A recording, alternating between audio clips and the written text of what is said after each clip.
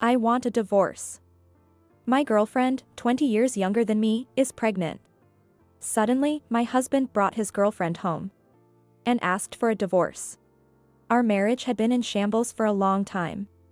To be honest, I no longer loved my husband, who didn't help me in the house or even with the kids. Instead, he was always out having fun. Here's the divorce paper. I'll take the kids with me, but Kevin, I declared as I handed the paper to my husband. Then, he said something shocking. What? Take Kevin too? I couldn't believe it. No way, because Kevin is. When I confronted him with the truth, my husband became very upset and just stood there in shock. My name is Mary, and I am 51 years old. I am a stay-at-home wife. I married my husband, John, 14 years ago. We met through a mutual friend. I used to work as a web designer at a website production company, dedicated to my work and been single for many years. A friend, who was worried about me, introduced me to John. John was friendly and a good conversationalist. Haven't had much dating experience, I found my time with him very enjoyable and thought I could build a happy family with him. However, the path to our marriage wasn't easy. John was divorced with a child. His ex-wife left the home, leaving the child with him, so he was a single working father. When I told my family and friends about this, they all said I should walk away from the relationship with him. You'll struggle if you marry him. Everyone unanimously gave me this advice. But their advice only ignited my love. I thought I was the only person who could support John. Since then, I tried to bond with his son, Kevin. Kevin, what do you want to do today? I don't want to play with you. How about we eat something? I can cook anything you like. No thanks. Kevin never warmed up to me. I wondered if I was failing because I had no experience with children. Whenever I felt insecure, John always reassured me. Don't worry. Kevin will understand someday. Thank you for caring about my son so much. His words made me happy, and I didn't mind Kevin's rejection. I'll love him like my own child when we're married. I'm so glad to have met someone who would love Kevin as her own.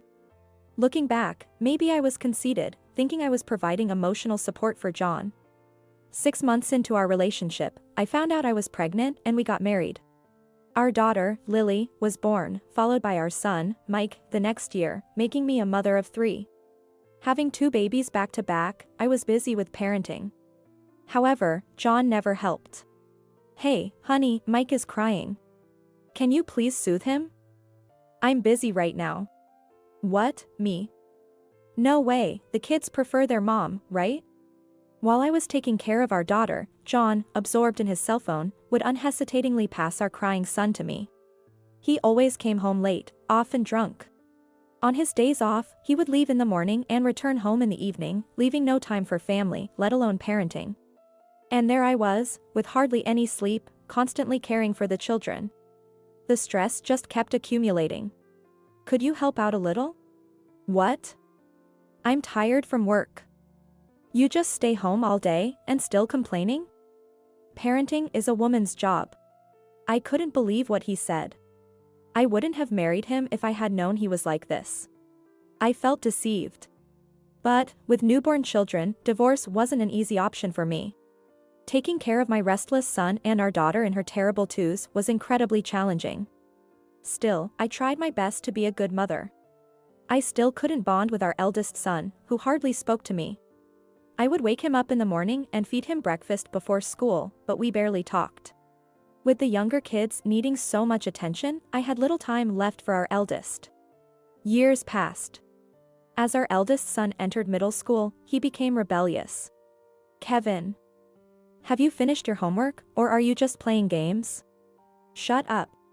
I'm saying this for your own good. That's what's annoying me. Stop acting like my mom. He was constantly rude, never listening to me. I decided to talk to John about it. Could you talk to Kevin? He's always playing games, not studying, and never listens to anything I say. That's your fault. He doesn't listen to you because of your bad parenting. You've always neglected him. What? How dare you to say that? You never help me with anything, and you're never home. You think I was just out having fun? John got infuriated and stood up. Yes. You're always out drinking. You never give me a hand, even when I'm busy. I have to socialize with my colleagues. Don't act all high and mighty while you're living off me. I was left speechless. I had to quit my job because it was too demanding. We lived solely on the money John provided, which was just the bare minimum. Our budget was always tight. And I had no money of my own to spend. So, whenever he brought up the topic of money, I was left speechless. However, our eldest son's behavior was getting worse. He would stay out late at night, although he was only a teenager. I feared he might end up involved in serious delinquency. I tried hard to persuade our eldest son and John, but they wouldn't listen. John and I would often end up fighting. Then, he started staying away from home more often. This situation continued for years. I was over 50, and our eldest son was in his senior year of high school. I had hoped we could understand each other once his rebellious phase was over, but that wasn't the case. He either ignored me or responded with rude remarks. We couldn't have a proper conversation. John began coming home in the mornings, and our marital relationship was in shambles. Then, one day, John brought a young woman home. Who is this? My girlfriend. She is 20 years younger than me, and pregnant, so I want a divorce. He said, looking straight at me. I wasn't surprised to hear about his affair. I had suspected it for a long time. But I couldn't believe how selfish he was to bring his girlfriend to our home, where our children lived. His girlfriend smiled at me. Nice to meet you, I'm Amy. I was amazed at her for smiling at me. She was 35, 20 years younger than John. She was dressed in revealing clothes and wore heavy makeup. A stark contrast to me with my increasing wrinkles. I can't find you attractive anymore, and as a father, I want to take responsibility for the unborn baby. I'm sorry, but we need to divorce. I reached my limit with these two selfish people. I had endured for the sake of our children, but I no longer loved John. While I struggled, he was out having fun. I decided to let him realize what I had endured, and planned my revenge. John pleaded with me, which was very unusual for him, and I nodded in agreement. Okay. What? Really? He was surprised by my quick agreement. Of course. Here's the divorce paper. I'll take everyone with me but our eldest son. My words made John frown in confusion. What?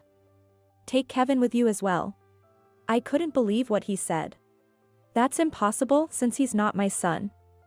We're not biologically related, and we don't even get along. So what? You said you'd love him like your own son. Yes, I did. I treated him like a real family member. I never made a distinction between him and the other kids. And I cared for him in my own way. Then take responsibility for him until the end. John's girlfriend chimed in. He's right. I don't want to be a mother of an adolescent. You should just take care of him until he becomes 18. Our eldest son was in the house, surely hearing this conversation. He never really warmed up to me during his rebellious phase, but I still felt sorry for him. You're his biological father. It's your responsibility to take care of him. What? You're such a heartless woman. Who's the heartless one here? You've never lifted a finger for parenting. If you don't take responsibility as a father, I'm not divorcing you. John scratched his head irritably. And then he sighed heavily. All right. I'll take care of Kevin. What? I can't be the mother of such a big kid. Sorry, but it's just for a few more years. Just be patient. Fine, I'll let you off if you buy me a new bag from my favorite brand. John, grinning foolishly, agreed. In front of this couple, who looked like they might start being affectionate at any moment, I presented the divorce paper. Can you sign this now? I need to take it in tomorrow. All right. You're such an impatient woman. He signed it, grumbling. I carefully put the signed divorce paper in my purse. What about you? Will you be okay after the divorce? No job, no place to live. It's going to be tough for the kids. He was smirking. Probably thinking I was just a simple housewife with no savings. Thank you for your concern, but I have a job, so I'll be fine. What? You got a job? But it must be a part-time job, right? You can't survive on your meager income. It's not a part-time job. I resumed my web design work. I can just work from home. Last month, I made over $3,000. So I'm not worried about living expenses. Really? He seemed frustrated. Years ago, I used my savings to buy a computer. And I started working from home as a web designer. Having experiences, I was offered a few jobs, and I began saving for the day I might divorce. That was why I was ready to file for divorce so quickly. Oblivious to this, my husband was under the delusion that he had the upper hand, which I found amusing. But are you two going to be all right?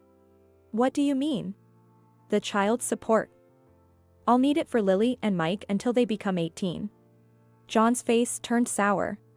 It would be his responsibility to pay as their father, regardless of the divorce. We'll discuss the amount through my lawyer and get you to sign the child support agreement. I'm thinking about $400 a month for both. $400 a month?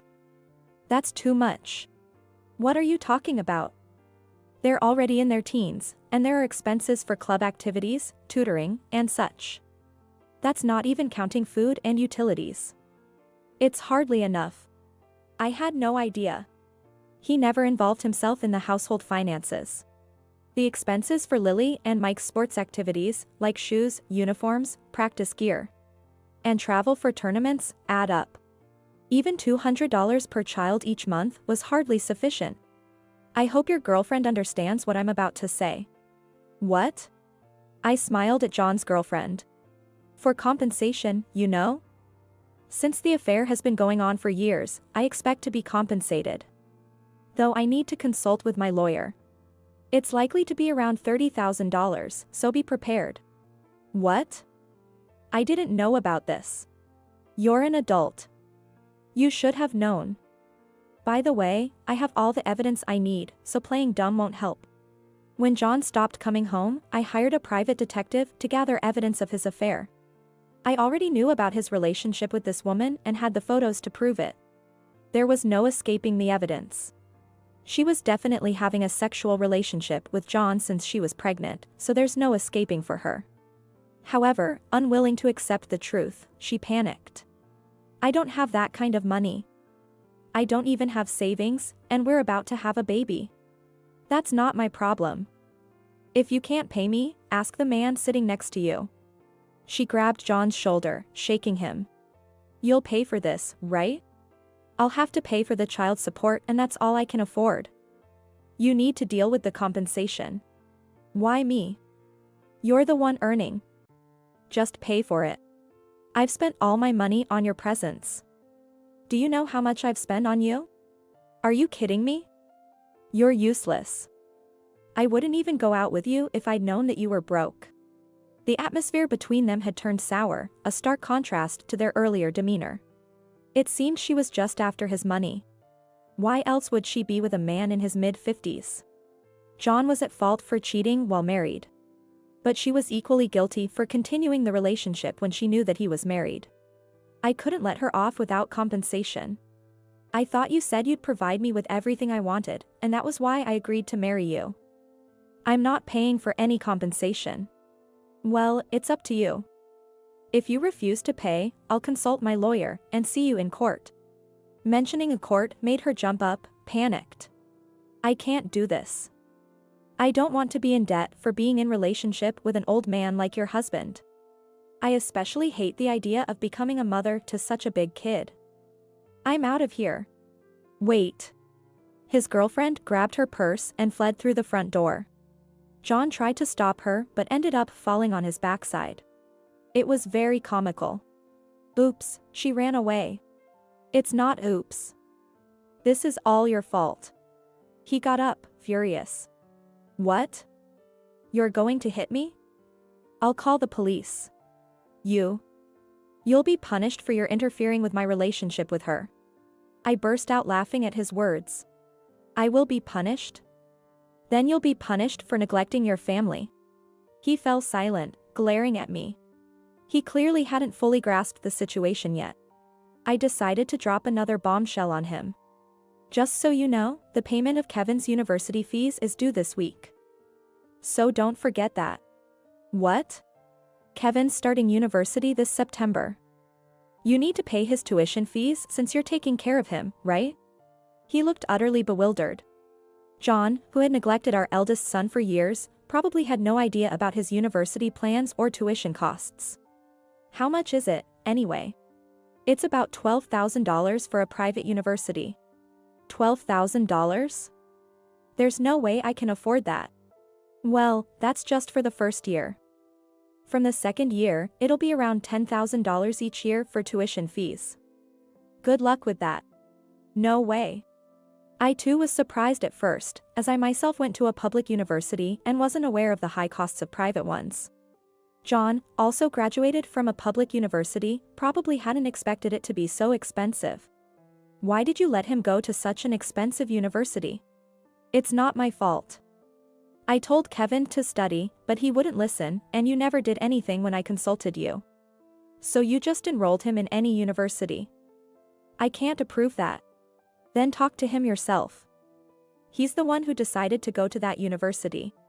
John fell silent.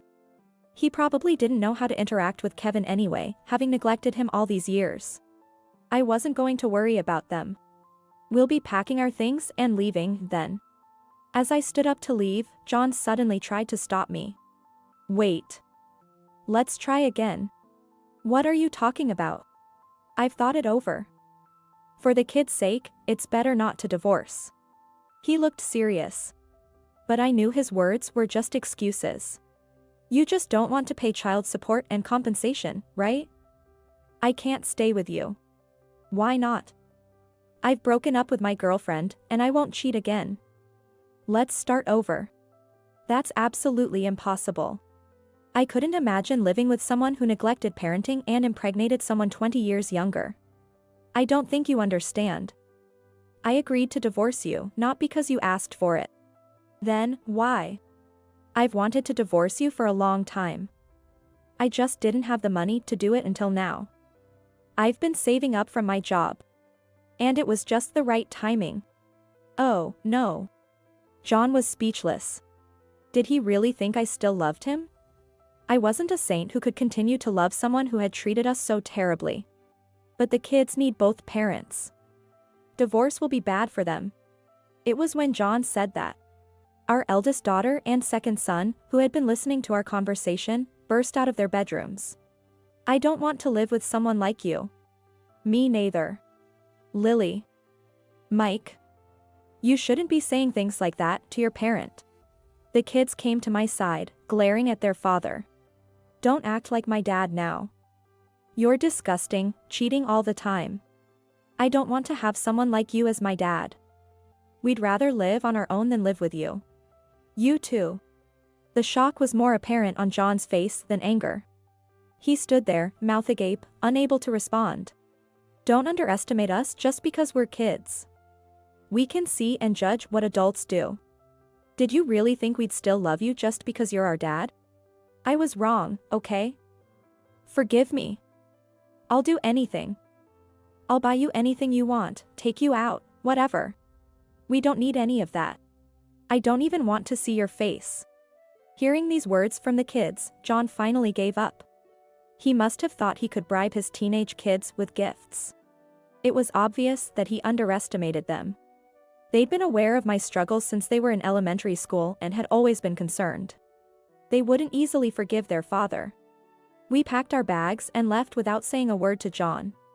Eventually, we divorced. Now, he must be struggling with the payments for the compensation and child support. Apparently, his girlfriend also had his baby and is demanding child support from him. Given that the baby was just born, he'll have to keep working even after retiring from his current job. His decision to get involved with a younger woman was foolish indeed. Moreover, since he never did household chores, his house is in chaos. He can't even do laundry properly, wearing wrinkled shirts, and is now shunned by colleagues and neighbors. Abandoned by both his children and his girlfriend, and without any money to spend, he's like a broken man. But that's no longer my concern. Meanwhile, we started our new life. Lily. Mike. You'll be late for your school. Coming. They both hurried to the entrance, backpacks on their shoulders. Kevin. You'll be late too. I know, stop nagging. Kevin, our eldest son, dressed in his suit, headed to the front door. On the day of our divorce, when we were packing to leave, I found Kevin standing in the hallway. He must have been listening to everything. Unable to leave him, I asked, "What do you want to do?" He decided to come with us. Honestly, paying for his university would be a financial stretch for me. But I couldn't abandon him. He was a victim too. Rejected by his biological father and neglected due to my preoccupation with the younger kids, he had a tough time. Kevin, who acted out in his school days, was greatly affected by our family environment. His father was always out and busy. I was overwhelmed with the younger ones. He was alone when he needed affection the most. I couldn't abandon him. When we arrived at our new apartment, Kevin said he'd quit university and work instead. "I don't need you to pay for me. I'll get a job." While I appreciated what he said, I doubted he could find a decent job with just a high school diploma.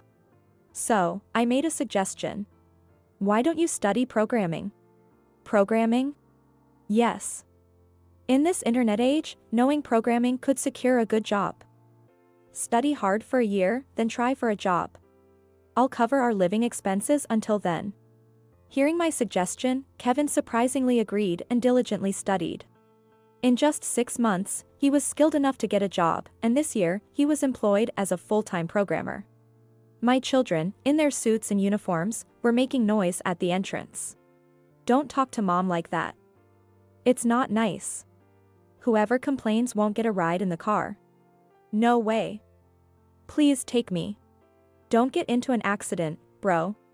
Previously, Lily and Mike were afraid of Kevin and barely spoke to him, but now they have gotten used to their older brother.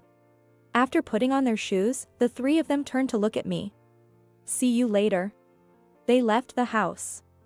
I never imagined such a day would come. I finally feel like Kevin and I have become a family. I swore to myself to work hard for the happiness of my children.